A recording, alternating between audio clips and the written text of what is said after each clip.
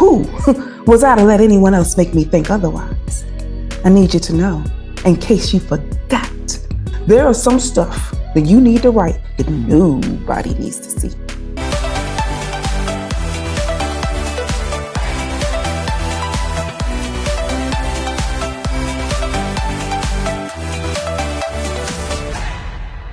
Hey now, how is everybody doing? Welcome to Alert Diaries with Tanya E. Let's get you to your next step. And in order to do that, you are going to need to redefine your priorities, redefine your vision, redefine your goals, and recast your past, co-create your future, and master the moment. This is that whenever you restructure anything, you need to do it personally and professionally because you're still a whole person.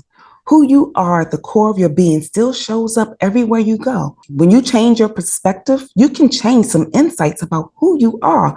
And when you make some adjustments in one area that move the needle to a better direction, you often make those adjustments in other areas, which is why another one of those areas that often change, that sort of go hand in hand, is if you make some physical adjustments, you need to make some spiritual adjustments as well. And I'm fully aware that not everybody believes in the God I serve, but I often share that if you want to join me on this side, there are some amazing things that Jesus has walked me through, redefining my priorities, redefining my vision, redefining my goal, because often I wasn't really sure what that looked like anymore because we pour ourselves into our relationships, especially when we feel that it is falling apart.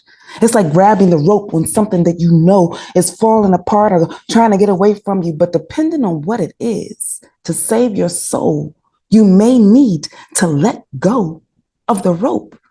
Holding on to the rope of something that does not really want to be there or something that should be gone only causes you extra pain. And it causes you physical pain and emotional pain. Some of you have heard my story about resetting my life after divorce. And part of that reset is once I got better from who I was, knowing myself, being clear about myself. And some of my reset meant that I had to recast the past. Now, when I say recast the past, what I'm saying is you may need to revamp some of the thoughts and visions that you had about relationships, that you had about yourself, that you had about that moment. Because sometimes we sort of recycle the bad things and not paying attention. There was something in that relationship, whatever it was that you actually needed. That's why you were drawn to it. Now, that relationship was there to help you get a different vision about yourself, or that relationship was there to help you get strengthened. Sometimes we find ourselves in relationships that are just seasonal. And in those seasonal moments, this is where you start doing the other thing that I shared, co-creating the future.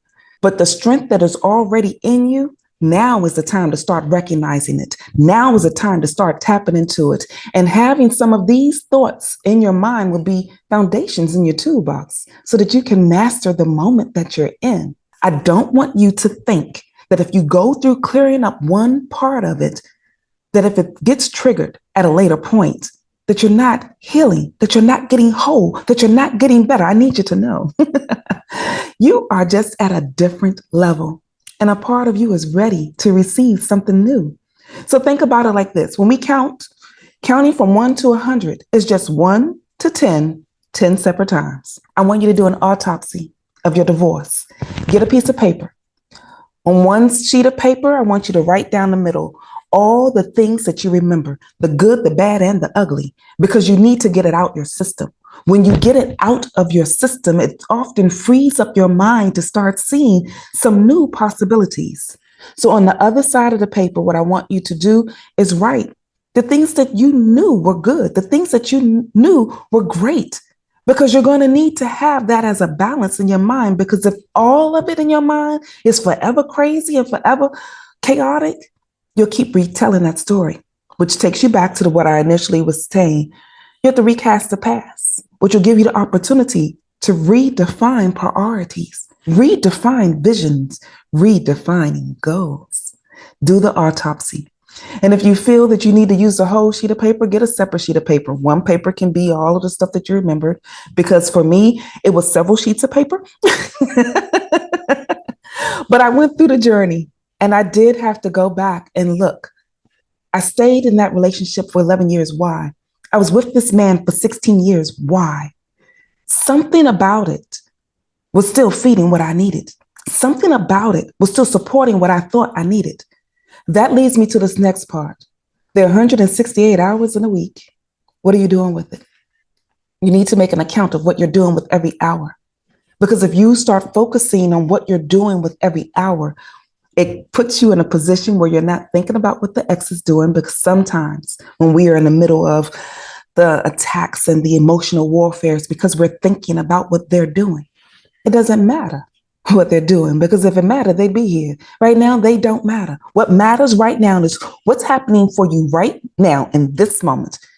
You need to be whole. You need to be safe. And especially if you got babies, you got to get it together quicker than you want, faster than you desire. And you are going to have to figure out how to find the space to breathe. I want you to know you can do it. It can get done.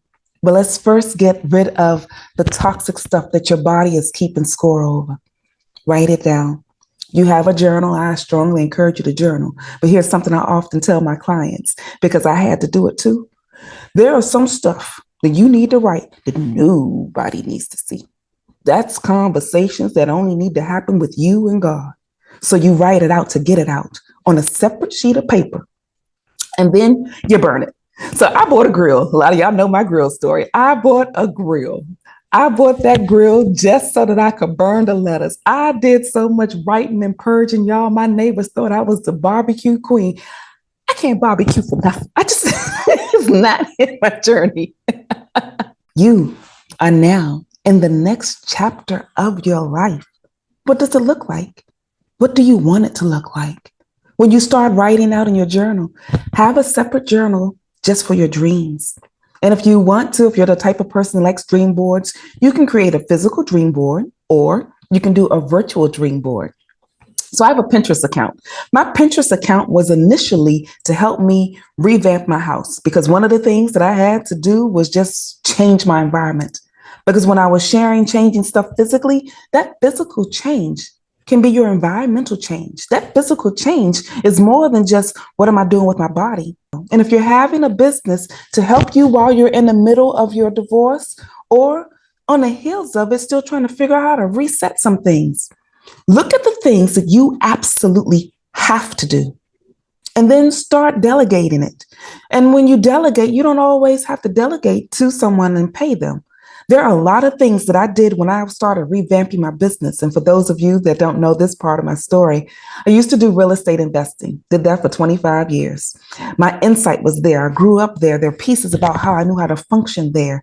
And there are some exchanges of services that I end up doing with individuals because I brought a certain skill set to the table. Know what you bring to the table. Know what your skills are. And I decided when I started redefining my goals, I had to redefine my vision of me. Start with redefining the vision of how you see you. Because if you were given a bad image from your ex, because I was told about all the things I wasn't, all the things I couldn't do, all these elements about the crap that he decided he wanted to leave inside the psyche of my soul, I made adjustments. I had to discover Tanya again. You may need to discover you again. And in those 168 hours that are in a week, I want you to give yourself 1 hour. Surely you can give yourself 1 hour out of a week. And if you find that you're not doing it now, figure it out, and figure it out fast. Because if you aren't giving yourself time, how do you expect anybody else to give you what you desire? You got to be a part of the elements of your first love. I learned that when I was going through some of my next level notes. A next level note is when you allow a being greater than yourself to step into your situation and give you insight to move into a better direction. For me, that's Jesus Christ. And when I was sort of stuck on the bathroom floor of my 2-bedroom apartment, curled up in the fetal position, it was God that found me, God that saved me, God that supported me. And if it wasn't for who Jesus was and my being that gave me insight in my soul, I wouldn't be here with y'all today, because I had a different vision in my mind. You see, when you have the thoughts of a being greater than yourself, you think outside of the immediate moment, because I want you to know It's just a moment. Trouble don't last always. Seasons come and go. If you're going through hell, keep going. Don't stay there. There's no need to stay in the valley. And if you're in the valley, just recognize for every valley, there's a hill. You will get the opportunity to climb to the next mountain. And if you let God join you on the journey, you'll get a spiritual download that will help you get an idea that can change what you have been walking through for years. Because when I tell y'all, he looked at me like I was crazy, but I knew what I had to do. It was time for him to go. So I packed up his things. Red Alert. Is he the one? The pocket guide, the find and love of your life, tells my story.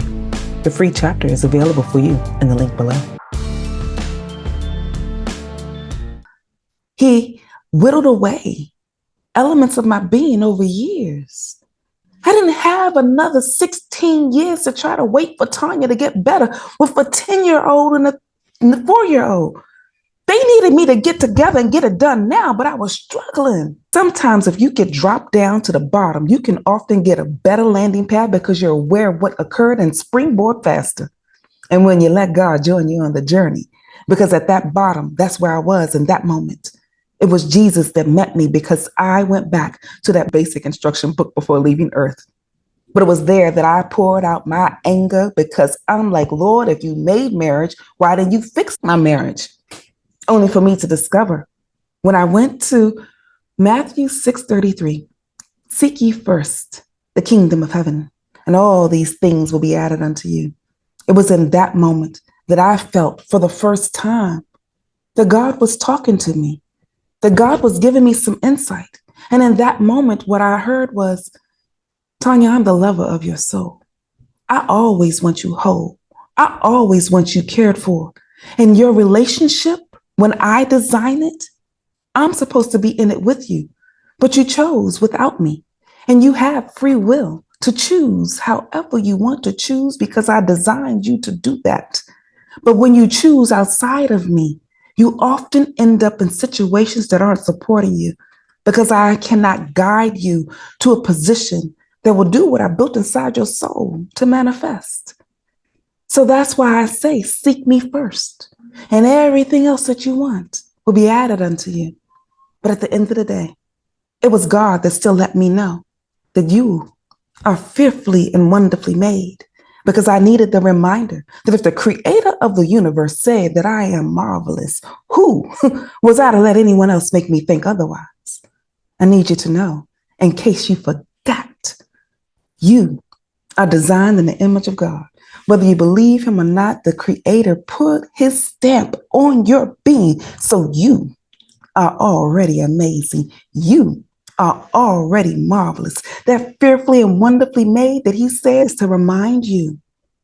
Don't let the ish that you walk through make you feel something less than when you were created in glory, for glory, to tell your story and operate in purpose, on purpose, for purpose. I didn't learn that until after my divorce. I didn't learn that until after I reset. I didn't learn that until I chose to redefine my vision, redefine my goals, redefine my priorities. And so for today, if you don't remember anything else I've shared, here's what I need you to remember. Sometimes a storm has to come to clear a path. There's so much stuff that you have built up. There's so much stuff that you have created in the process that God needs a storm to come and wipe everything out. Because if there's anything left, you will try to rebuild it. If you need some insight about how to really deal, hopefully you have a relationship with God. And if you have a relationship with Jesus, then I know you are almost guaranteed when you put your plans in his hands, that he will make certain that you get what you're looking for. Because one of the things that helped me, one of the things that helped me was God answered prayers. I didn't even know I needed to pray. I had no idea that there were some things I should have been asking heaven to intervene on my behalf. Because inside of you, God created what you need. You were born with a gift. That gift is part of your purpose. Your purpose will give you a new focus. That focus will give you greater insight. And from that greater insight, you can change the trajectory of your life. When God reminded me of my administrative skills. I was already using it. And you can use your gifting in a lot of ways, because how you're getting paid now, this is a quick financial conversation for those of you that are trying to figure it out, thinking that you have to go back to the X. If God tells you no, then don't. But God answers prayers. You don't even know to pray. I just asked him in those moments when I was getting reacclimated with who he was to help me. And help is an entire prayer all by itself. Don't get stuck in the mysteries of what sometimes church folk try to make it seem like. God knows what you need. He just needs you to ask him. So you don't have to deal with chaos in order for you to be whole.